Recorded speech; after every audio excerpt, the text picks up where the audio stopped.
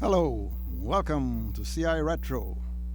This CI Retro program will have a little presento also on it, a little presento element in the form of planning that's going on for the 70th anniversary celebration of the cessation of the conflict in Europe, World War II, VE Day as it's being called, and the lighting of a beacon on the Vicksville shores, Turtle Farm, folks, in West Bay.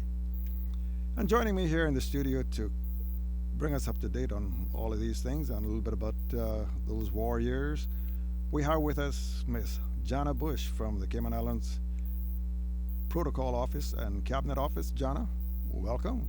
Good afternoon. Thank you for having me. You're not nervous, are you? No. No, not at all. Not at all. There you go. Okay, and also we have with us Mr.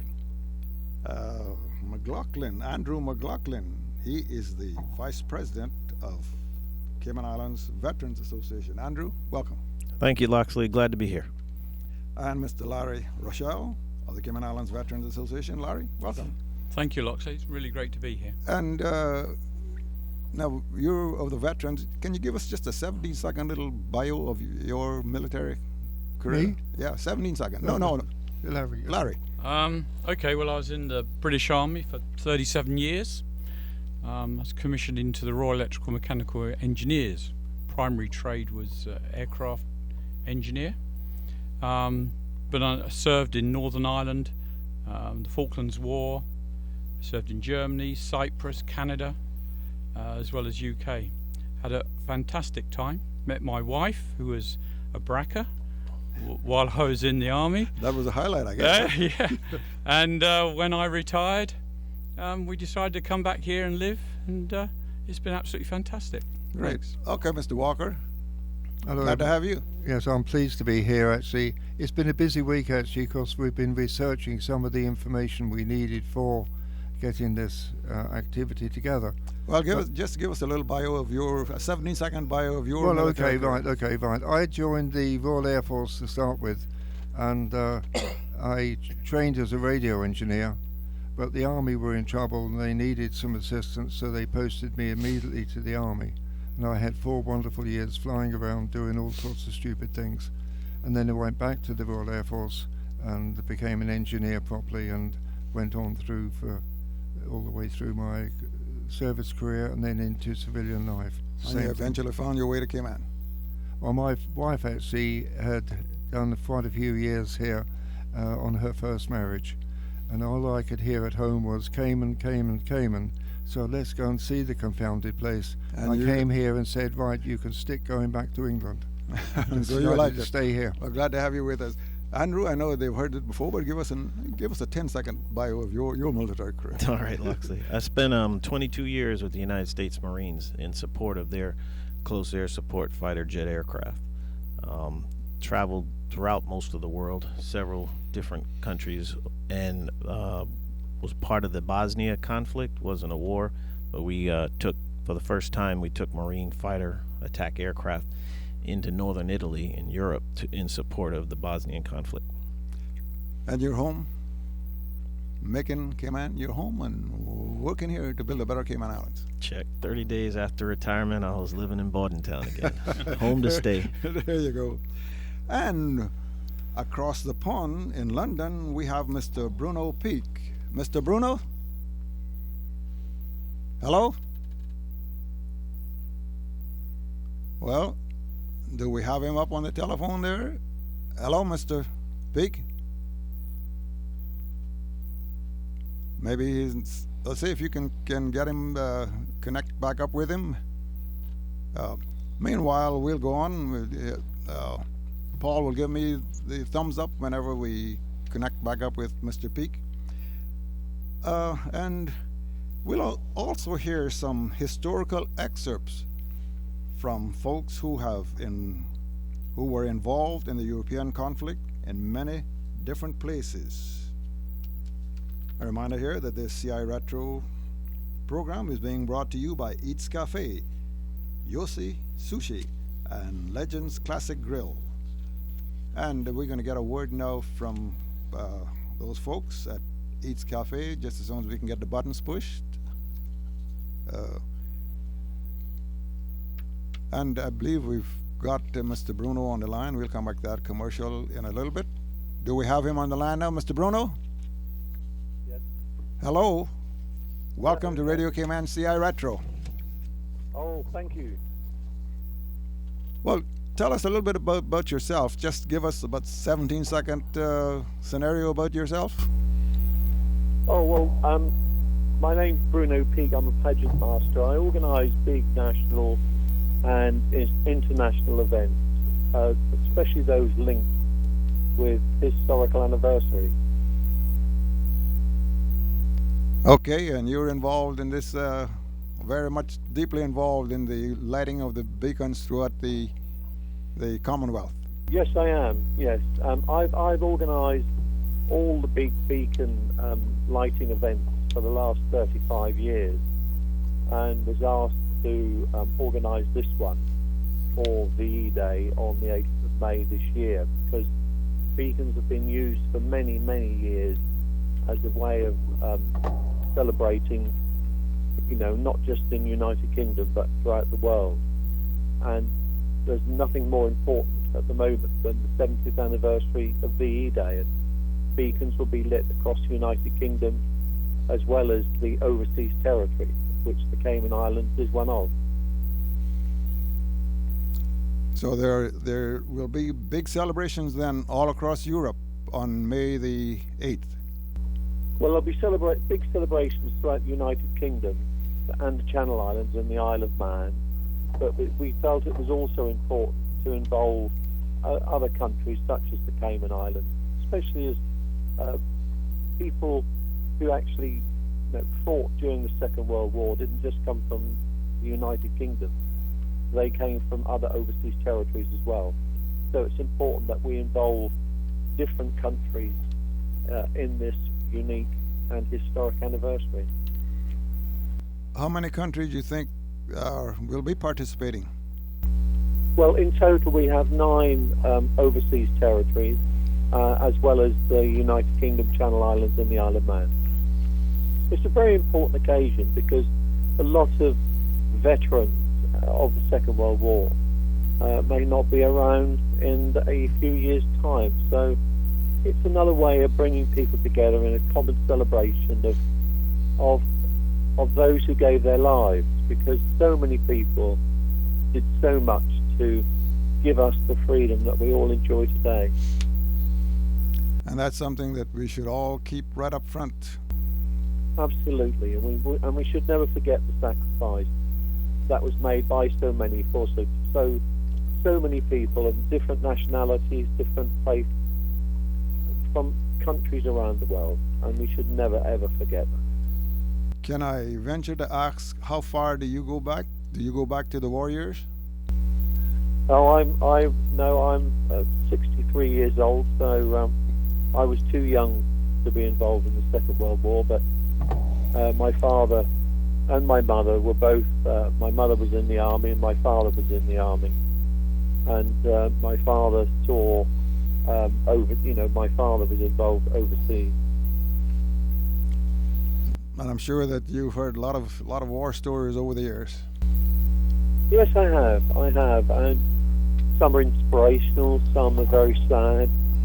I've met many people who've done some very amazing things during the war years, and again, it's just a way of encouraging people to bring together the communities of the United Kingdom, Channel Islands, and the Isle of Man, and overseas territories in memories of these people who gave so much. And as you said, that's the importance of this 70th anniversary beacon lighting ceremony, because so many gave so much for the freedom that we all enjoy here in the Cayman Islands and all over the Commonwealth. Absolutely, and we should never ever forget that, because time goes on, and there are many people's lives are very busy that we must never forget. Well, I don't know whether you have ever heard any of these wartime broadcasts, but we've got a little a 4-minute insert here that we're going to play in, and we invite you to listen in, and we'll come right back to you after that 4-minute excerpt and see if you want to say anything about it. If not, then we'll bid you adieu for the afternoon, but just stay tuned for another 5 minutes or so. And Paul, can we get that excerpt up? It's the 155645. This is Munich, Germany calling. The last 11th hour attempt to save the peace of Europe and avert a world war over the Sudeten muddle has just begun here in Munich. 1938 was the year of crisis. That's William L. Shirer's familiar voice. Signor Mussolini, Mr. Daladier, and Mr. Chamberlain are meeting in the Führerbau, or the Führer's headquarters. To the people of Czechoslovakia, 1938 was a poised knife. To Londoners, it was the digging of slit trenches and a Prime Minister, Neville Chamberlain, who said, "How horrible, fantastic, incredible it is that we should be digging trenches and trying on gas masks here because of a quarrel in a faraway country between people of whom we know nothing." Ich habe in diesen Jahren wirklich eine praktische Friedenspolitik betrieben. Ich bin an all die scheinbar unmöglichen... In America that September, it was waking up mornings to hear Nazi cheers and a Führer's rantings. Its animal-like hysteria caricatured by the filtering of the shortwave.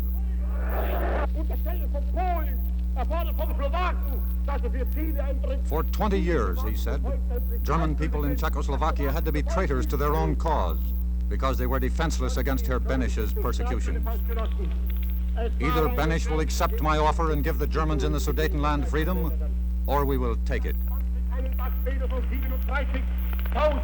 Wieder 41.000, dann 62.000, dann 78.000, jetzt sind es 90.000, 107.000, 137.000 und heute 214.000.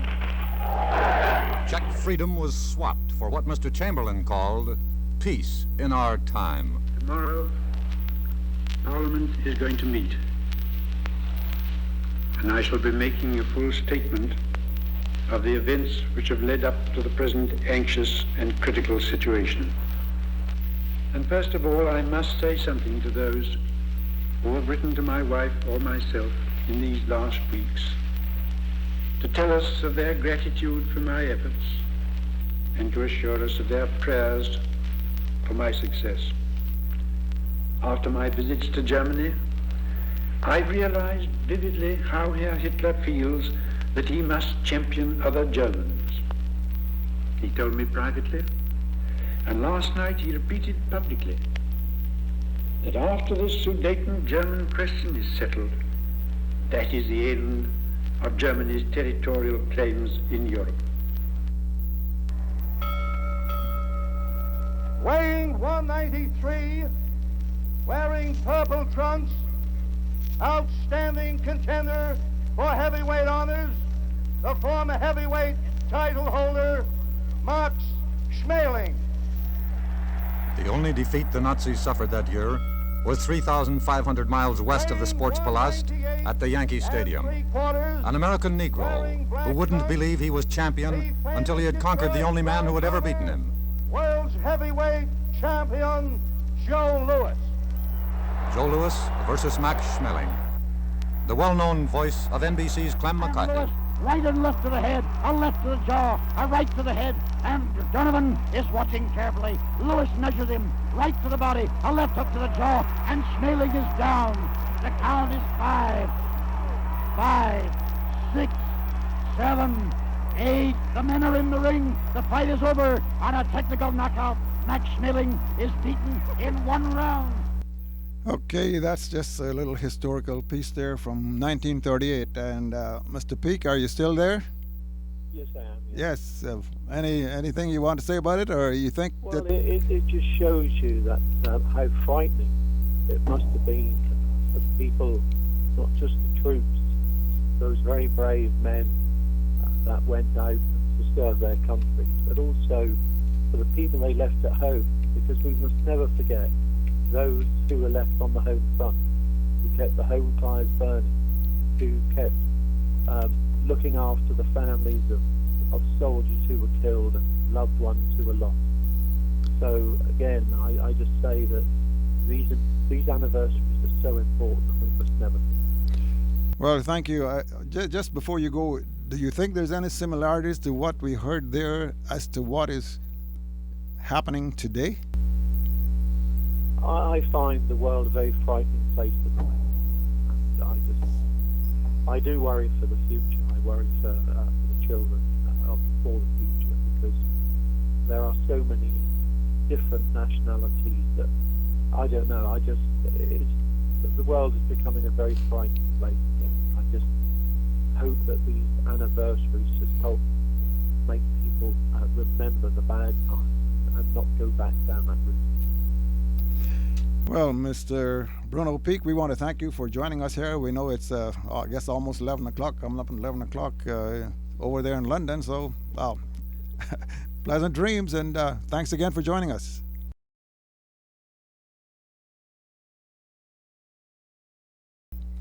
Okay, lady and gentlemen around the table here, we heard that historical piece.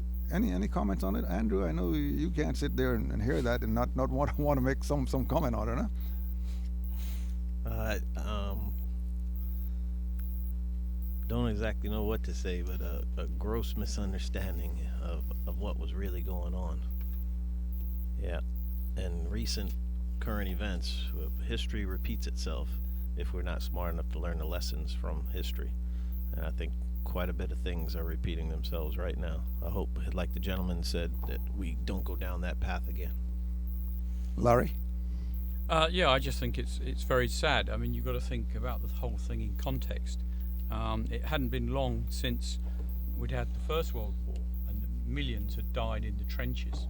And therefore, I think Chamberlain and a lot of the individuals at the time just dreaded having another world war of that, something like that, and so they just held on to anything they could that it wasn't going to happen, despite the facts of what was staring them in the face. And I think in a way that's why France capitulated so quickly in 1940. Very sad time. Do you see any similarities as to what's happening with Crimea? I mean, if you look at Ukraine, the Russians had taken over the Crimea, and we think, well, they're just going to take that little bit and they're not going to go any further, and now they're going further into Ukraine, and I hate to say it, the politicians are just playing the same game. They just don't want to have any more wars. They've had Iraq, they've had Afghanistan, the Americans have had Vietnam. They just don't. There's just no taste now for another war. And so if anyone's going to be an aggressor, then Putin and Russia can just eat away at it. And the West are just going to, I'm afraid, just hope that it's all going to go away with playing lip service to some of the stuff that he wants. You say no one has any taste. The West don't have a taste, but folks on the other side have got a very good taste in their mouth for it. Yeah, absolutely. But the only ones that can effectively stop him have no political wish to do it. Sad. Mr. Walker, any comments? Yeah, just a question actually that I can remember seeing the film sequence of Chamberlain coming back and being at Butzweiler airfield, actually in Germany, waving a piece of paper, and they're saying this piece of paper says there'll be peace in our time. And you see the same sort of nonsense going on time and time again in present day life. But the people actually who are around nowadays, the general public, and the consensus is actually they don't want war, they want peace, they don't want any activity in this sort of thing. I think at times actually you've got to stand up and be counted when aggression is going on. Well, hopefully that we all will. Now, Jana, you've been kind of quiet. You've listened to that. Being a young person here in the Cayman Islands, Caymanian, coming up, great future in front of you. Any thoughts on what you heard? Well, Mr. Banks, I think that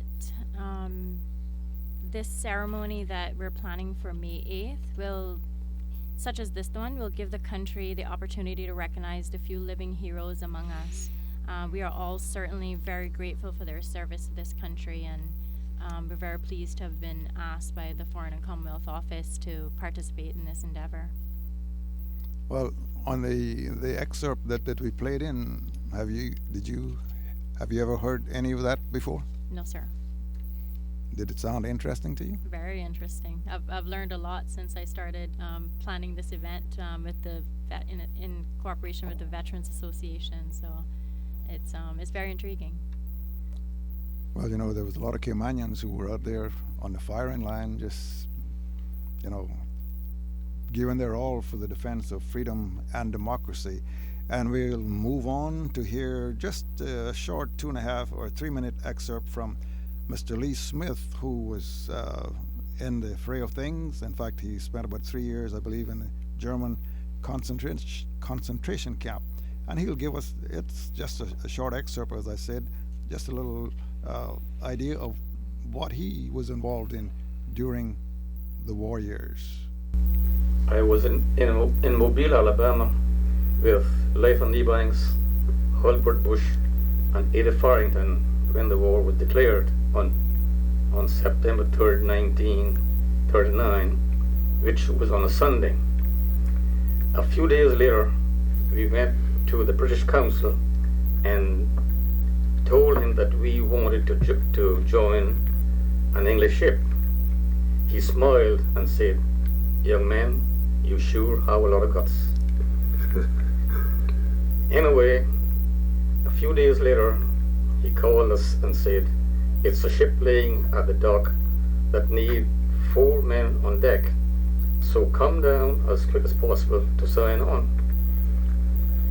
And I'll never forget the words that gentleman used. He said, "Good luck, boys. With your help, we shall win the war." About this? Well, I loved the country. You felt it to be your duty, in other words. And I needed a job. You were, of course, the merchant navy and imprisoned in Germany in a concentration camp for quite a number of years. What could you relate some of your experiences? What led up to your capture, and how did you endure it? Well, in the 2 years and better that I helped take cargoes to Europe, Asia, Africa, and Australia, I saw many ships go down, and I also saw men in lifeboats. And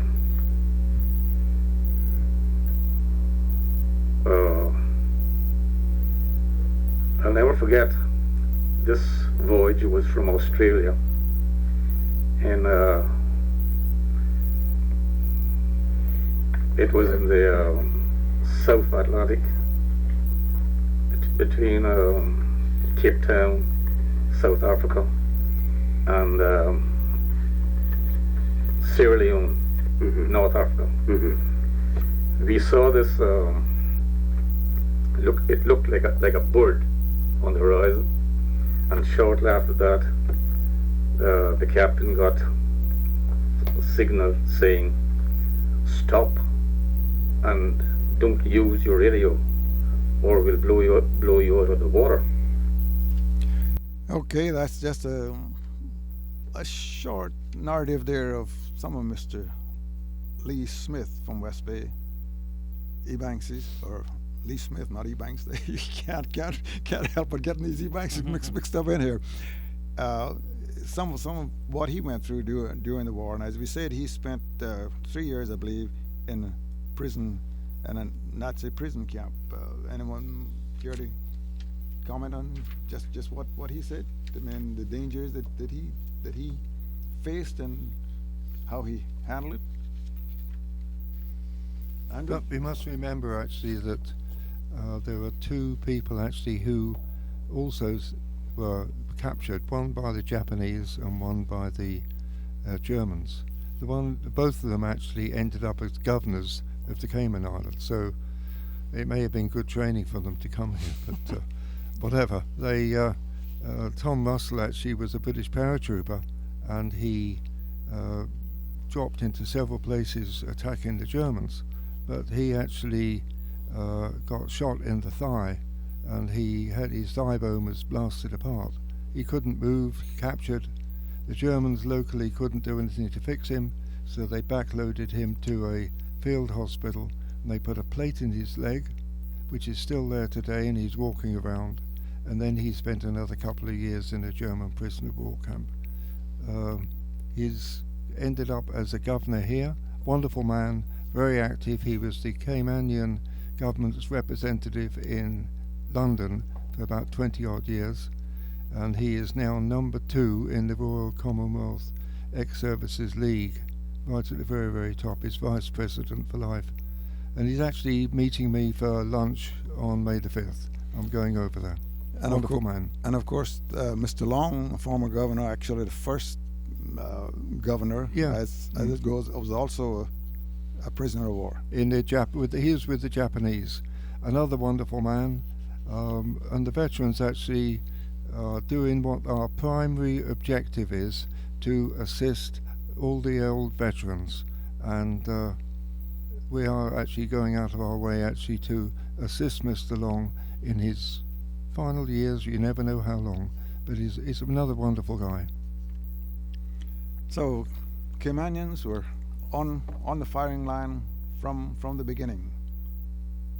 Andrew, I can't leave you out, you know. Yeah, I don't think that we'll ever truly know what these gentlemen went through in these prison camps. Just an example, people living outside of some of the towns where the concentration camps were located had absolutely no idea what was going on and the horrors that was in there.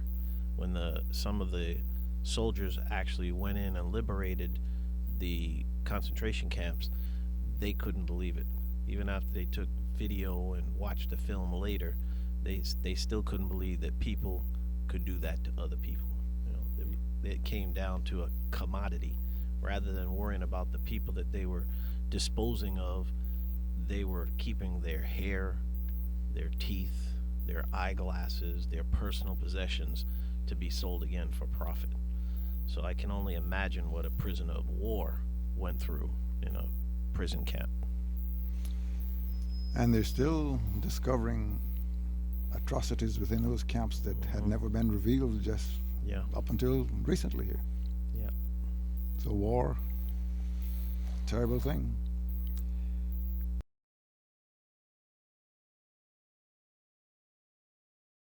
We're going to hear next from Captain Keith Tibbetts, who tells us about his whereabouts when the war came on. I arrived in Kingston, Jamaica on Friday the 1st of September 1939. And Sunday morning, we heard the news that England had declared war. I was on a ship that was running between Jamaica and England at that time by the name of Jamaica Pioneer. And we loaded our bananas on Monday and Tuesday and sailed at 11 o'clock Tuesday night from Port Morant, Jamaica, bound for London. We went back to London, arrived 14 days later, and before the end of crew off the ship, the Navy sent people aboard and crashed on those who were willing to volunteer for training for gunners. And I volunteered. The next day, I had to join Prince of Wales Sea Training School in London to train for guns. And I spent the 10 days there every day from 1 o'clock till 5. I came out of the gun school, went back on the ship. At that time, I put on the guns, and we sailed a couple of days afterwards back to Jamaica again. So I stayed into it. Okay. Now, they had a few radios in Cayman back at that time. In fact, my mother and father had one. And on Friday morning, shortly after I arrived in Kingston, I got a cable from my mother. I always remember the words of it. War is imminent. Please come home, Keith. We love you. And I cabled them back. I would remain on the ship because I felt I must do my duty for my country. it was love for my mother country, because I'd been living in England 3 years then, and I got to know the people. I had a lot of friends at the armed services in England, and all the men on the ship, including our captain nearly, was Naval Reserve men.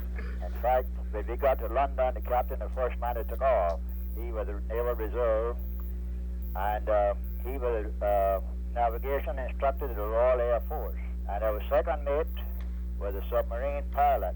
He was the grandson of Eno that invented oil fruit salts. And those ships, you see, in those days, we used to change officers just for every trip, because Naval Reserve had to serve a certain amount of time at sea, and this was an ideal situation for them to get that opportunity. So we had Naval Reserve officers on there all along.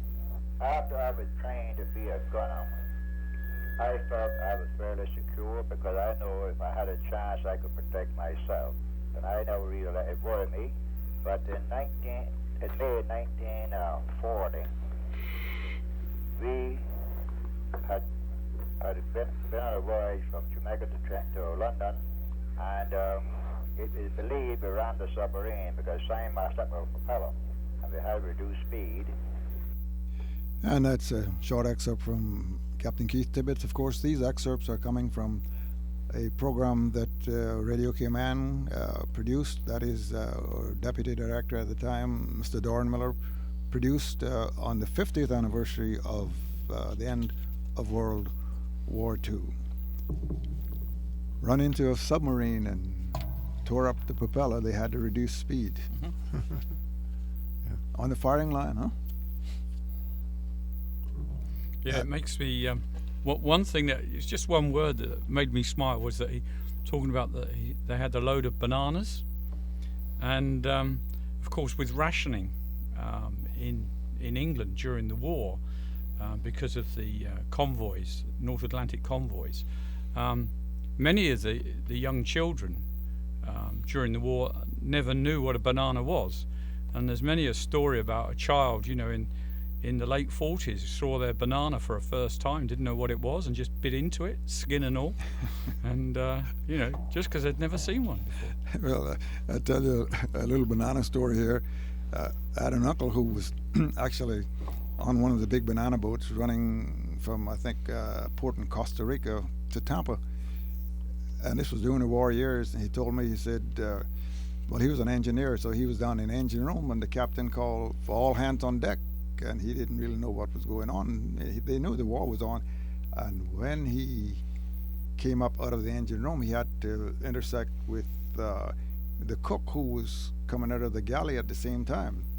And by the time he got up to deck level, he realized that there was a German sub beside him with his machine guns trained on the ship. And he said the cook had a big butcher knife, and cook's name was Uncle John, they call him. My uncle said, he said to Uncle John, where are you going with that butcher knife? He says, they're not coming aboard here this afternoon. But anyway, to complete the story, they stayed with him. He said about 15 minutes, asked them questions, so forth, so on, what kind of cargo they had on. And they wound up giving them a couple of bunches of bananas, and they racked their guns and went off about their business. And they continued on their voyage. So it's, around the Caribbean here, there was a lot of danger lurking out there on the water with those German U-boats. Yeah. And I think that's one of the displays that we'll have at the beacon lighting ceremony down at the Turtle Farm on the waterfront there, which will sort of pinpoint where all the subs or where all the ships were sank in the Caribbean. We know we had one that was sank right off Southwest Point here during the war years. So, but we were not as safe, I think, as some people think we might have been out here during those war years. It's very important to come in here actually and say actually that when the appeal went out, the British Navy just could not cope with protecting the oil tankers coming out of Trinidad. So they asked the Caribbean countries to help, and 200 men came from Cayman, mostly from West Bay, and they went straight to Trinidad. They couldn't actually be enrolled into the Royal Navy unless they could march properly, salute properly, and do everything else. So they had to have a period of actually drill instruction and everything else. And there was a bunch of them, a squad actually on the square, marching around. And one of the men did something wrong. So the drill instructor, and drill instructors all over the world are obnoxious, horrible little men. He shouted, "E-Banks, step forward." And what happened? 40-odd men in that squad marched forward. It was probably not a true story, but it's an exaggeration, but it just gave an example. The fact that the contribution of 200-odd people actually who went there at the age of 19, 20, and they went off. And they didn't come back until 1945. Wonderful men. Well, probably that amount or even more was on the other side, sailing in the well, I guess everything was under the Army Command at the time, Army Transport Service or Merchant Marine, U.S. Merchant Marine. Probably more than the 200. They were also in danger's way, harm's way all along, especially during the Pacific voyages. I had one gentleman tell me many years ago. He said he was shipping out of San Francisco, and back in those days, during the war years, if they stayed ashore longer than 28 days, then the Army would conscript them. And he said he would go out on a voyage. It might be 60 days, 75 days, 80 days, come back ashore and pay off with lots of money because they were making good wages, and then they were getting hazardous pay and all this stuff. And he said, I just stayed in San Francisco and I just had a good time because I thought that the next one, when I go out, I would not come back. And he said, I wish I had saved some of that money now. And there was a Royal Navy submarine actually, and there was a telegraphist, a man on the radio, but they had to do a spell occasionally on the guns and everything else. And this man was actually on the front gun of the front deck when a twin-engine bomber was approaching. So the captain did what they always do, yelled out, "Dive, dive, dive," and the submarine crew on the board should go down the hatch, the submarine would sink, and then they'd all be safe and avoid the aircraft. But this man was too slow, and the hatch was closed, the submarine sank, and he was swimming about in the water for hours and hours and hours. The submarine came back, and he was actually dragged on board again. This is hours later. But when he went on board, he did not speak diplomatically or in a proper manner to his commanding officer. He said something rather rude to him. Yes, he told him what he thought of him.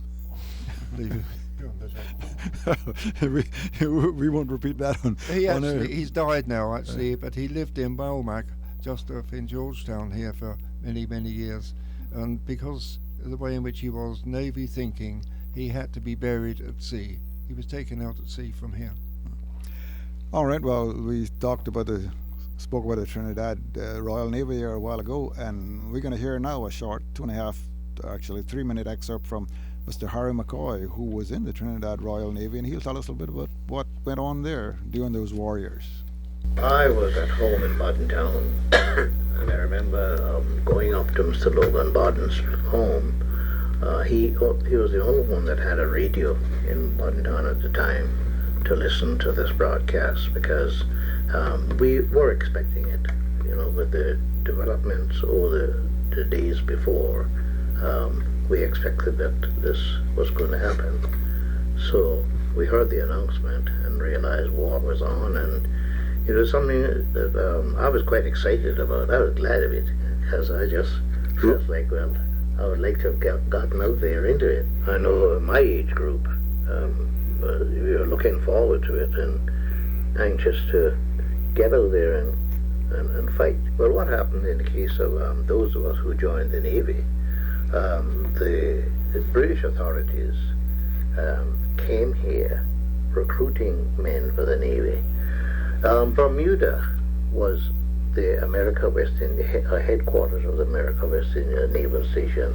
It is a British naval station. Mm-hmm. And after France fell, Britain was in the war alone, and the Mediterranean was very important to her because her oil came from Iran and Iraq.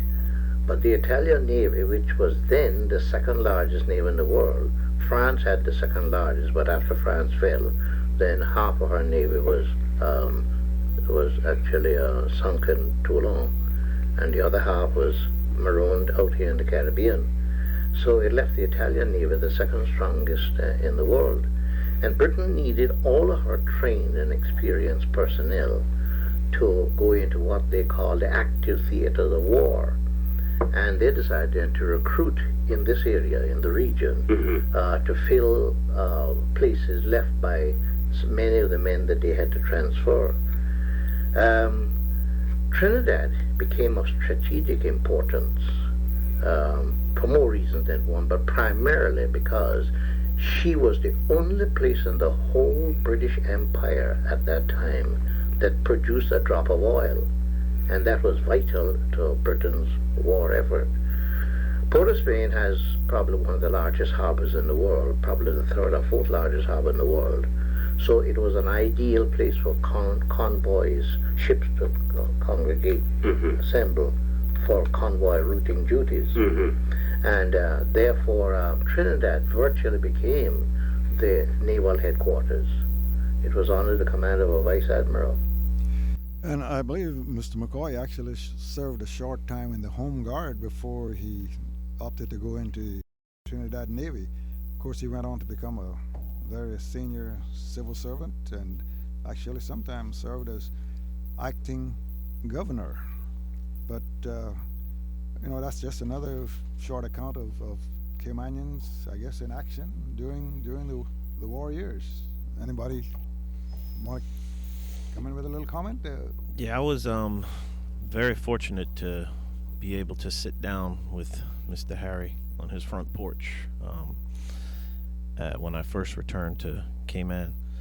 Very impressive man, very well spoken, and we sat there like two old soldiers just talking about military time and service. And it's hard to believe that people like that they go on and sometimes their memories fade. So I'm very thankful to the government for doing an event like this, that we can bring up these people and the dedication that they served.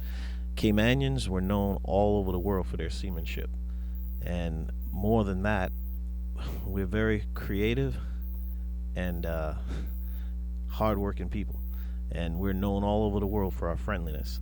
But when they got on a ship, they knew they had a good man on the ship. So it doesn't surprise me that they came looking for people to go out to sea. Our whole history is built on seamanship. They often joke with me because just about every man in my family's been a merchant marine, and they said I just got in the wrong line when they were calling for U.S. Marines. Well, you just heard Marine. I heard Marine and went for the first line I saw. Something similar to me, I guess, it could be applied. I had intentions of joining the Navy when I got out of high school in Florida, and I remember going down to the recruiting offices that morning. They were all at that time situated in the post office, the U.S. Post Office.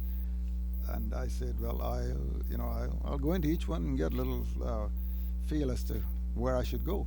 Well, I went into the Air Force recruiting office first, and I never got out of there.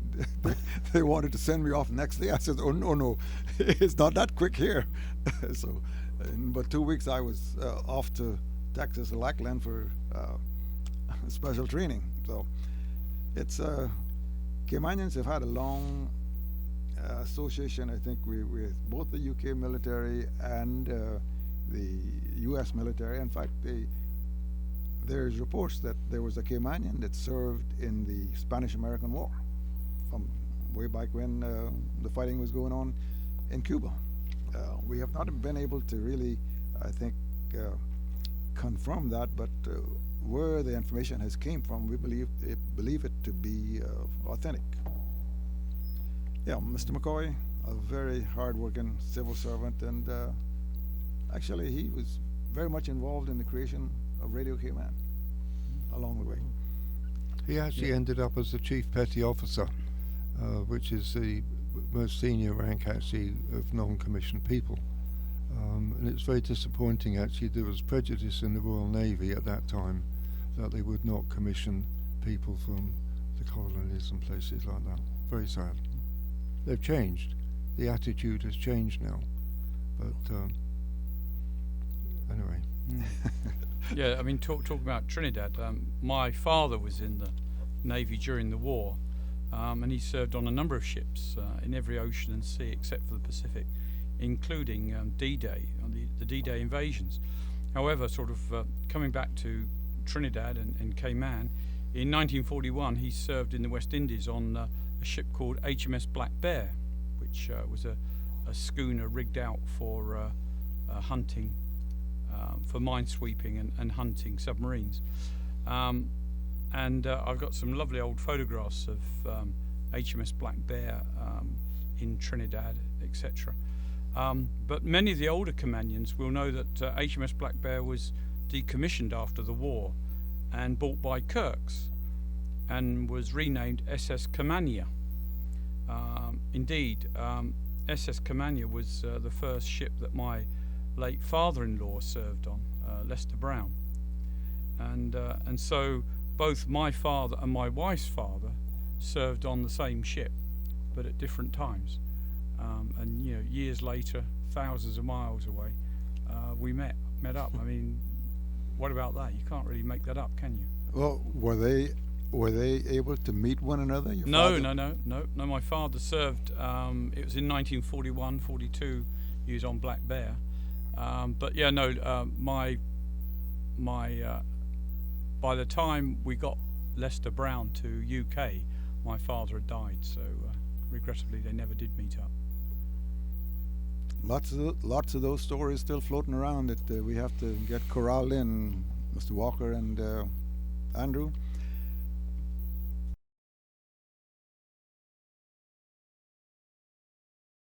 Kenyans were involved in just about every aspect of the defense of freedom and democracy, from dodging bullets on the front line to whatever else was required. What we've been presenting on this program, CI Retro, is just a bird's eye view of the Caymanian contributions in defense of the preservation of freedom and democracy. We mentioned the attitude of Caymanians of that era, putting their nose to the grindstone and doing what's required. We hear next from Mr. Dalkeith Bawden, and we hear where he was at when Europe got enveloped in the great conflict, World War II, which, you know, they termed it the war to end all wars.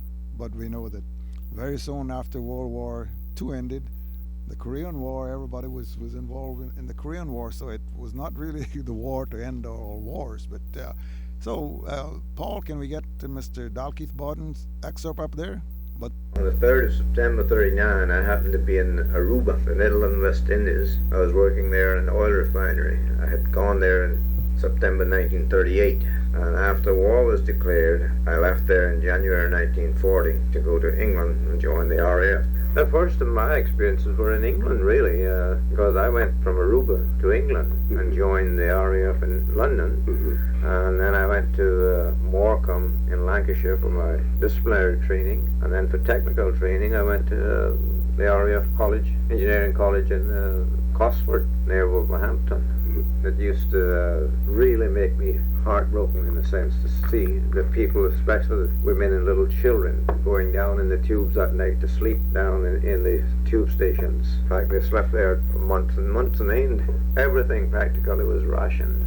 But in the services, you didn't have too much worry about your food. People in civilian life still, they had a rough time, many of them, to get food and clothing, because clothing was rationed. And I know we used to have chocolate in the services, and boys, when they got to know that I didn't smoke, would try to get around and get my ration ticket. There are certain things around the world now that you never know where the next flare-up will be. And some of these flare-ups can ignite a huge battleground. However, we will hope for the best, that we never have to see another war. In Aruba, we had been following the war news in Europe on the radio, on the cinemas, in the cinemas, you know. Yeah. And we used to watch it and then we'd get the papers there and read them as well. So I knew all about it when it came along, and before it actually came to Britain joining. But after watching the destruction and the loss of lives and all the rest of it, in the next few months or a couple of months after that, I decided I would like to go across and do my little bit there.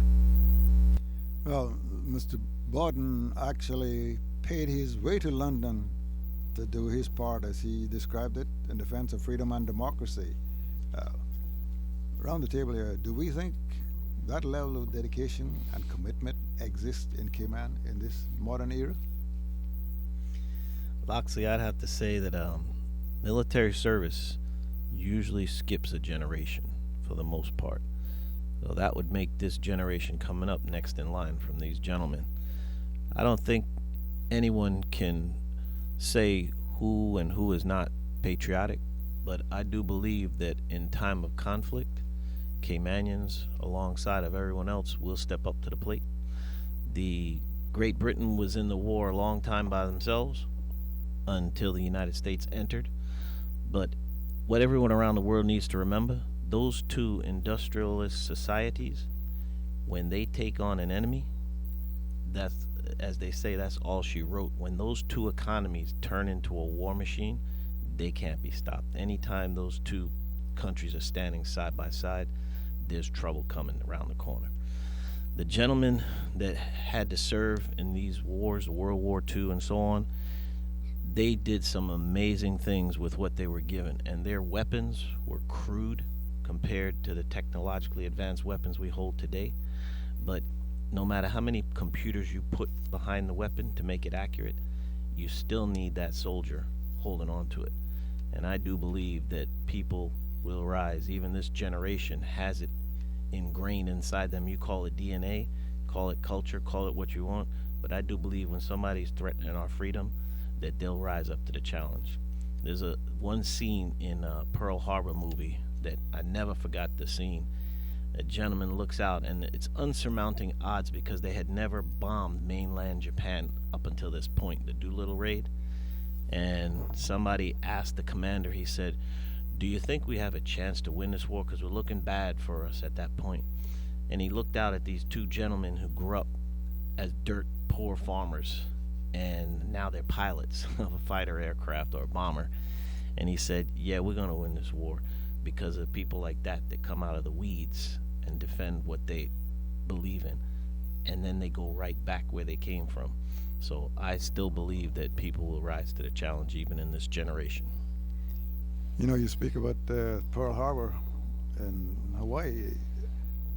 I suppose it still exists. When I was over there in 1958, you could walk down the street at Hickam Field or any of the fields, any of the bases, military bases in Hawaii, and look at the buildings and see the bullet where the bullets, I guess you call it the pits in the strafing, yeah, where they just came in and just indiscriminately strafed the whole area. Larry, I know you want to say something here. Yeah, just to you're talking about Caymanians and how they step up to the plate.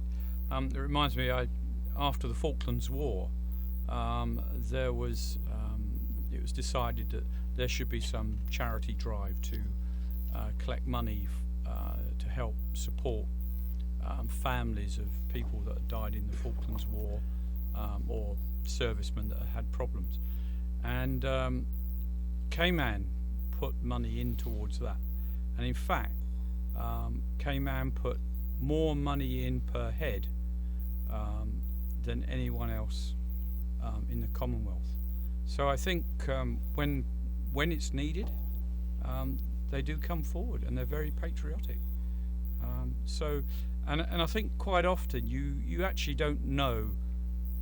You can't tell in peacetime, whether someone's going to make it or not, and probably that person doesn't know until they're actually, put into that position, and they just come forth and get on with it.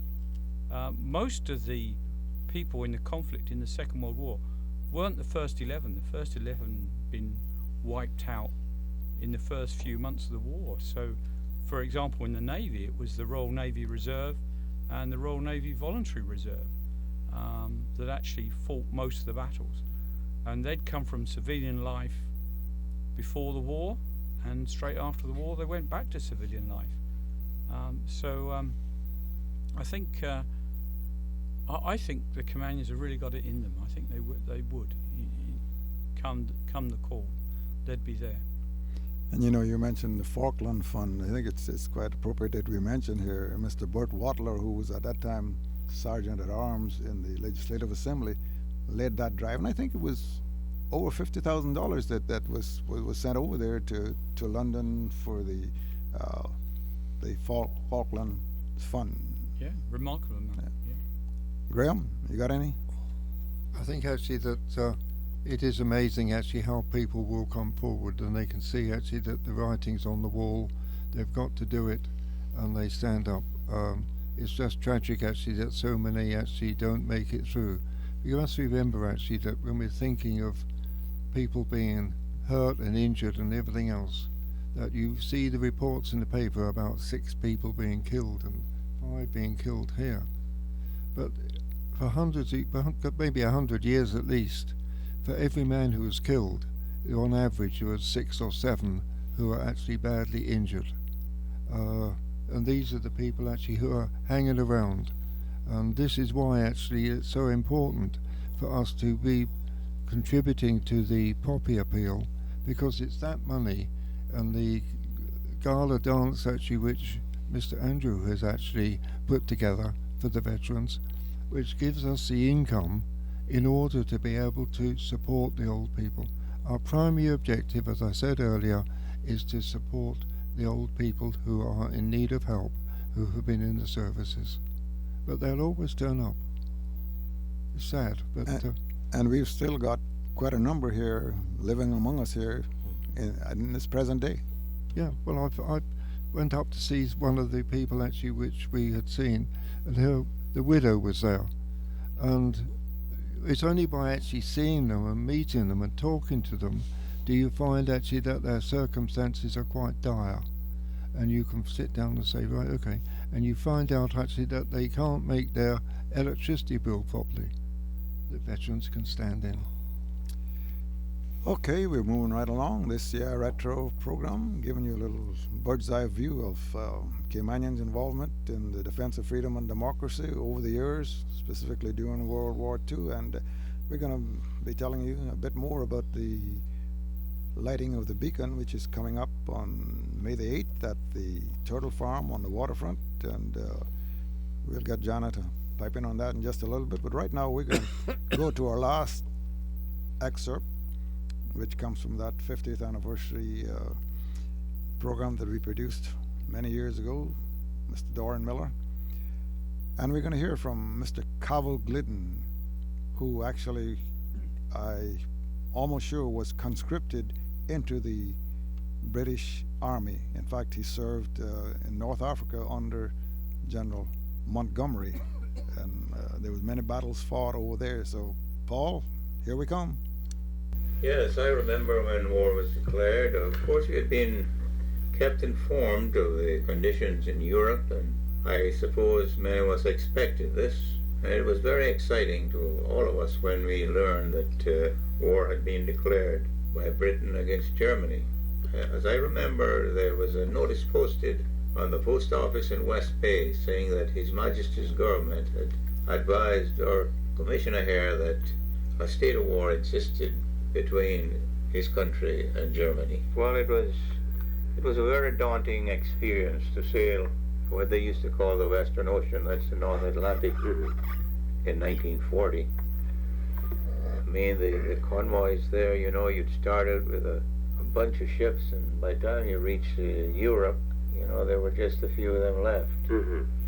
The days were usually calm and peaceful, but as soon as night came on, the submarines would start. That's when the activity began. That's when they started their activity.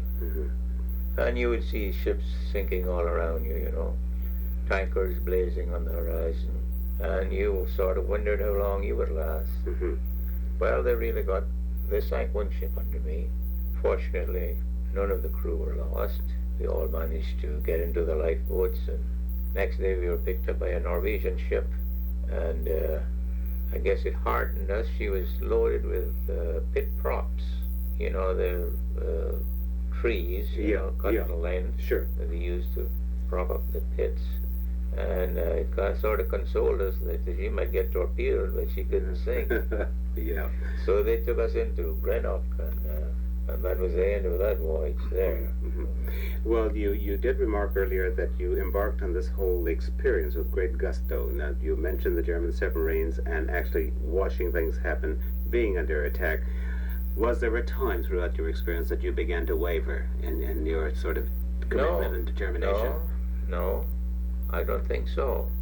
We just went about our duties as if, you know, every day we did what we had to do and went along. And I never witnessed any fear on those ships. Everybody seemed to be fearless and you well committed to the job at hand. Yeah. And your route, you always plied the North Atlantic at the start of this thing? Yes, mostly in the North Atlantic.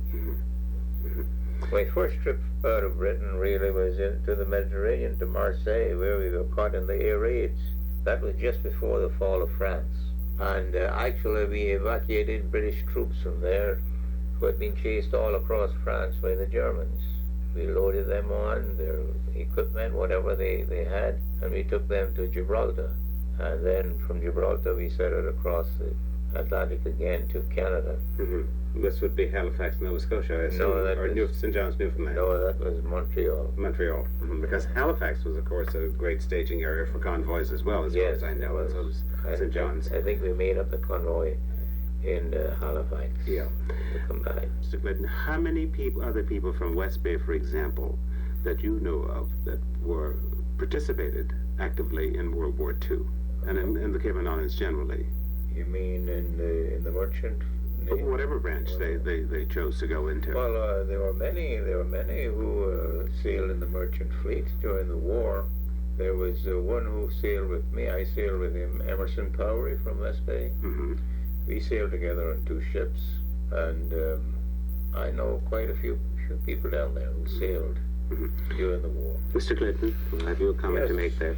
Yes, I think the nations have learned some lasting lessons from World War II, in spite of the many small wars which have taken place since the end of World War II. As 50 years has gone by without any worldwide world war.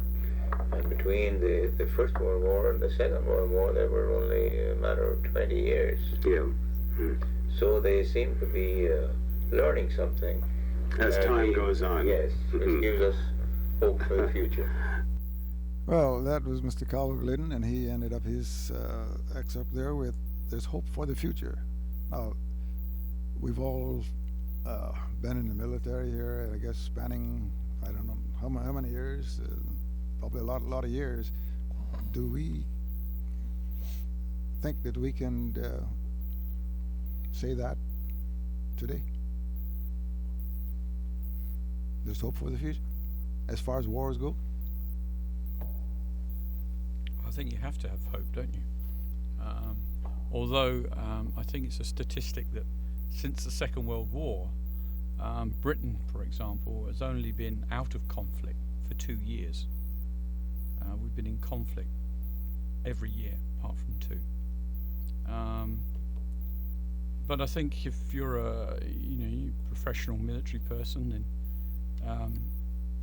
that's what you're trained for, and more and more now peacekeeping is key, and if you don't have a military force, then dictators, terrorists can just walk all over you. So you've got to have a deterrent, a professional arm in the military that will act as a deterrent against people that are trying to oppose and take freedoms away from you. Be it the Falklands War, be it Afghanistan or wherever.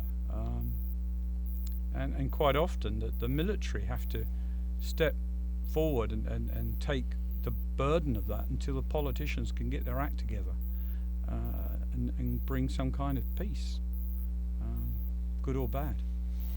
Andrew? I'd have to say the best offense is still a good defense. And like Larry said, we need to make sure that we maintain strong militaries, whether it's peacekeeping or it actually turns into some type of war or conflict. Is no time now is no time to be reducing your military forces, because unfortunately, as we saw with the war that was supposed to be the war in Europe, soon enough it's going to come home.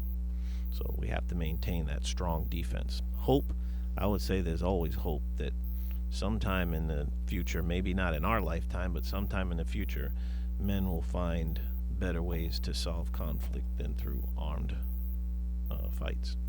But do we think, looking at what's happening in the world now, and do we think that the political arm, the political end of it, have really got the understanding that's needed to,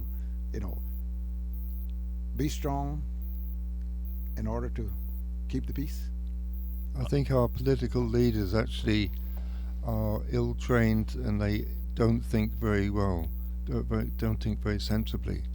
That some of them actually, either from England or from the US or some of the other places, they think they can go along and negotiate with someone actually who is opposing them, and they think that they can talk to them logically because they think actually that the other person will respond in a logical, sensible manner. No way. They just don't do it. They're thinking, they've got to think almost like a terrorist before they can talk to a terrorist. I'm just grateful, actually. I wanted to come back and say, actually, that people who, the Caymanians who went off to war and then came back, Harry McCoy, Calvin Glidden, and Dalkeith Bodden, people like that, they came back and they joined the Veterans Association, and they got stuck in there just as hard as they got stuck in their military service. Now, there are an awful lot of people out there who are hiding in the woodwork, and I'd like to see many of those come forward. We need assistance in the Veterans Association from people who have had military experience. Come forward. It's not very onerous, but we do need you. Larry, you got any comments on that political angle? So you're thinking there? No, I'm just probably glad that I was in the military and not a politician.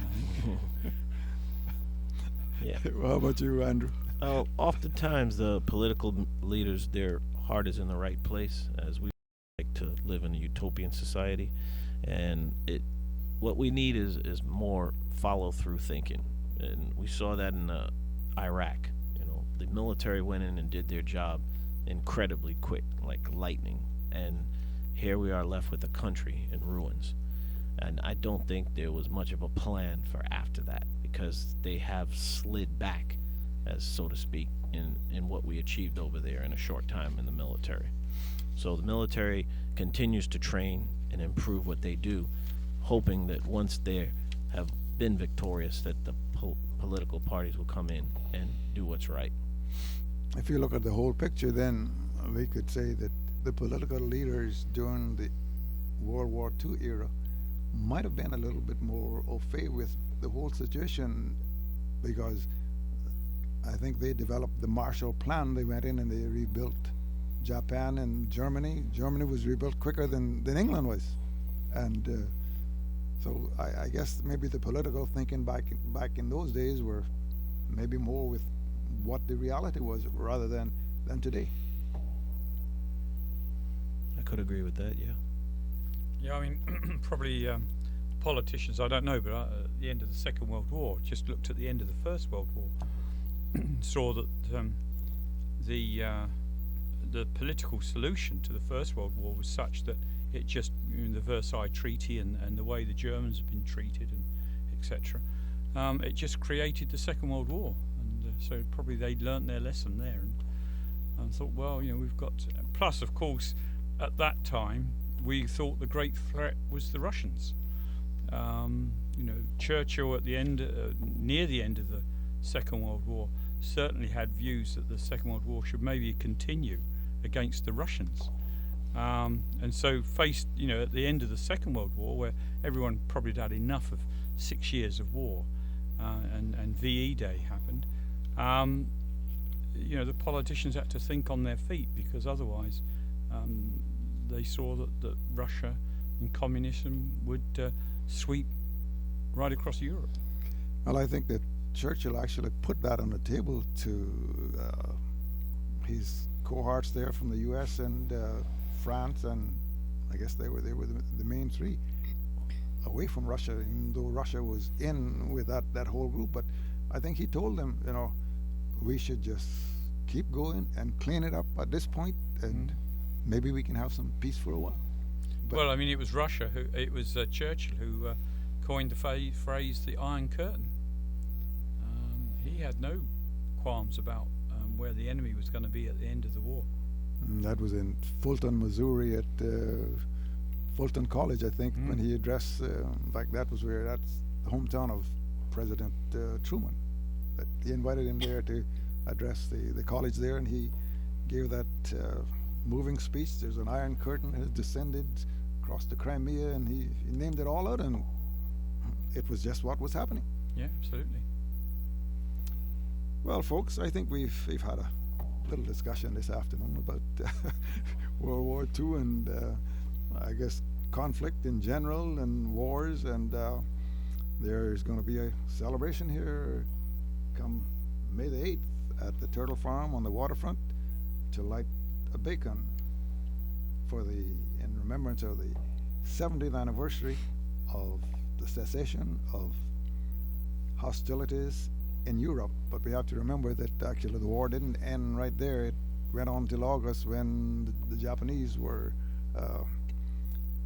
defeated, and I guess we may be back here in August, wrapping this whole thing up. But Jana, give us the invitation that you want the folks to accept out there about this ceremony coming up on May 8th. Well, Mr. Banks, as you have already heard today, the Cayman Islands will join the United Kingdom and other overseas territories in lighting a chain of commemorative beacons across the world. To this end, the Protocol Office, with the assistance of the Cayman Islands Veterans Association, will be honoring our veterans and the Home Guard at a beacon lighting ceremony on Friday, May 8th from 8 p.m. to 10 p.m. at the Cayman Turtle Farm on the seaside. And we just want to encourage the public to attend. The ceremony will be open to the public, and we want to emphasize the importance of it and encourage everyone to make an effort to attend. So this beacon lighting will take the form of maybe a 85-foot bonfire? I'm not sure about an 85-foot bonfire, but it will be a bonfire beacon, yes. And that's well underway. Yes, planning is well underway, and it's promising to be a spectacular event. And the whole Cayman Islands are invited. The whole Cayman Islands are invited, and you wouldn't want to miss it. They're going to be turtle meat. Roast turtle. Get too close. There will be refreshments. Yes. Okay, well, you heard it, folks, because I know that's a little attraction for some of us, making sure that there's something to, as the old people say, nibble on. Yes. The veterans actually would love to be able to say actually that how grateful they are for the way in which the Protocol Office with Miss Jana and Charles from the GIS and Cara from GIS, the way in which they are supporting us and helped us to research some of this information which we've needed. But the inspiration it's given us is actually that we've got to go on, because we found out there are lots of veterans who we got very, very, very details about going back from the year dot. So we've got to research, find it out. This is really part of the Cayman Islands history, and we mustn't let it go. We sound actually English, but although Larry and myself actually sound very English, we are in fact actually Caymanians and very proud of it. Thanks. Well, we're glad to have you aboard. And one of those things that we have to come up with is that list of Caymanians that were registered for the draft, the U.S. draft during World War I, because I saw it some years back, and I think there's something like 250 Caymanian, and they were all seamen that were registered for the U.S. draft during 1913, 14, 15, up to there. And it does exist. and that's something that I think we have to try to get a hold of. Jana, any other invitation? You just want to sing the folks a little song? Tell them, come on out. No, I certainly can't sing. But I think that the show today gives folks a good idea of how important this event really is, and we just want to encourage everyone to come out. Of course, and the Cayman Islands government believes it's very important that we all, come out and enjoy ourselves and observe this and make sure to do what we can that, we keep the peace and keep everything moving along. Certainly. Final words from anybody? Loxley, I'd just like to mention that while we're out there representing our countries as men and women of the armed forces and putting up with all the challenges that fighting a war or conflict comes with, the reason why we're out there, we're taking care of each other. We fight for each other. But the real reason why we're out there is to make sure that those people at home, Mama and everybody that's sitting there waiting for us to come back, we're fighting to make sure we get back to them. And we're fighting and sometimes have to pay the ultimate sacrifice to ensure that they can continue to live in freedom. So the bottom line tonight is that freedom must always ring out, and that's what gives us hope. Larry?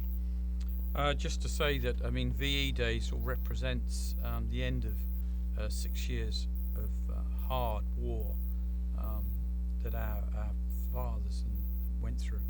And mothers as well. Many women fought as well. And it was a celebration. And so I'm just so pleased that we can reflect that celebration here in Cayman. And I just hope everyone comes out and has a great time to celebrate. That's what it's all about. Graham? I can actually remember the fireworks and the bonfires going on. And because actually I was living in eastern England, actually the part where the American Air Force was dominating, my mother actually making a big, huge American flag actually out of a sheet with all the stars and the stripes on it, and that hanging from the window. And then again a few months later we'd moved down to Kent, and there were the bonfires and everything else all going for VJ Day. So I was just very glad that we were, and as Larry said, actually, kids didn't see a banana. I never saw an orange till I was about another 5 years later. It was austere, and it was total war. War in those, all the population in the UK were involved in the war. Either you were working in a factory, making guns, bombs, aircraft, or you were in the Army, Navy, or Air Force, or something else supporting them. Total war. When we think actually that the Queen of England is old and almost, you could say, almost ancient, but at one time during the war she was a young princess, and she actually was in the army, and she was a truck driver. It comes to something, doesn't it? Yep. Everybody did their part, and I guess that's why we're here today. Some gave all and all gave some, and we stand here today in freedom, and we can never forget that, and we all have to do our part to make sure it's preserved. Speaking about the end of the hostilities in Europe, my recollection of that, I remember hearing that Hitler was dead, and that was that meant everything to know that he was gone. So we know that hostilities were going to be would cease. But I don't have really any recollections of when I guess the Japanese were defeated, even though my father was out in the Pacific in the war zone, but I have no recollection of when that happened. My next recollection of it is, I think it was a Life magazine home, and this was the election right after the war ended, and the article that he sent home, I guess he told my mother, make sure that Loxley reads this, was what can we expect of Dewey as president, because Dewey was going to be run against President Truman. So, anyway, folks, I think we've said before, we've given you a bird's eye view of the whole picture here, and it's just left for us now to say thank you for listening.